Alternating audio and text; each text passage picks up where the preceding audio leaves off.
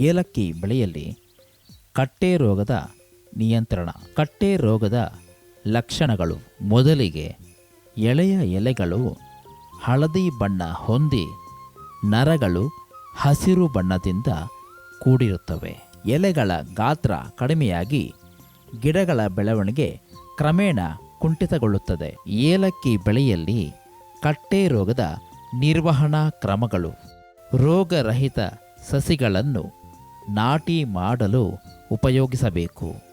ಕಟ್ಟೆ ರೋಗ ಪೀಡಿತ ಗಿಡಗಳನ್ನು ಗುರುತಿಸಿ ಗಿಡಗಳಿಗೆ 0.5 ಮಿಲಿ ಫಾಸ್ಫಾಮಿಡಾನ್ 85 WP ಅಥವಾ 1.7 ಮಿಲಿ ಡೈಮಿಥೋಯೇಟ್ 30 EC ಪ್ರತಿ ಲೀಟರ್ ನೀರಿನಲ್ಲಿ ಬೆರೆಸಿ ಸಿಂಪಡಿಸಬೇಕು.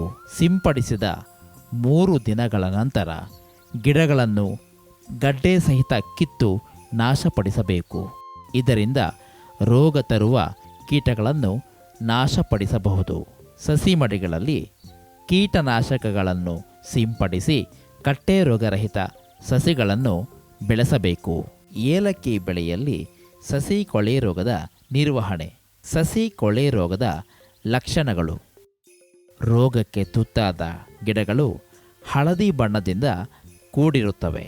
ಹಾನಿಗೊಳಗಾದ ಗಿಡ ಕ್ರಮೇಣ ನಿಶಕ್ತವಾಗಿ ಗಿಡ ಪೂರ್ತಿ ಸಾಯುತ್ತದೆ.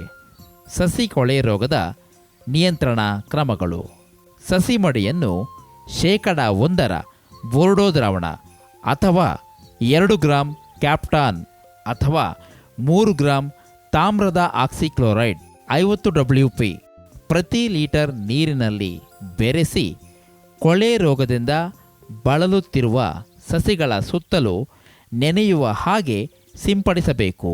ಪ್ರತಿ ಲೀಟರ್ ನೀರಿಗೆ 3 ಗ್ರಾಂ ತಾಮ್ರದ ಆಕ್ಸಿಕ್ಲೋರೈಡ್ ಅಥವಾ 2 ಗ್ರಾಂ ಮ್ಯಾಂಕೋಸೆಬ್ ಬೆರೆಸಿ ಸಿಂಪಡಿಸಬೇಕು.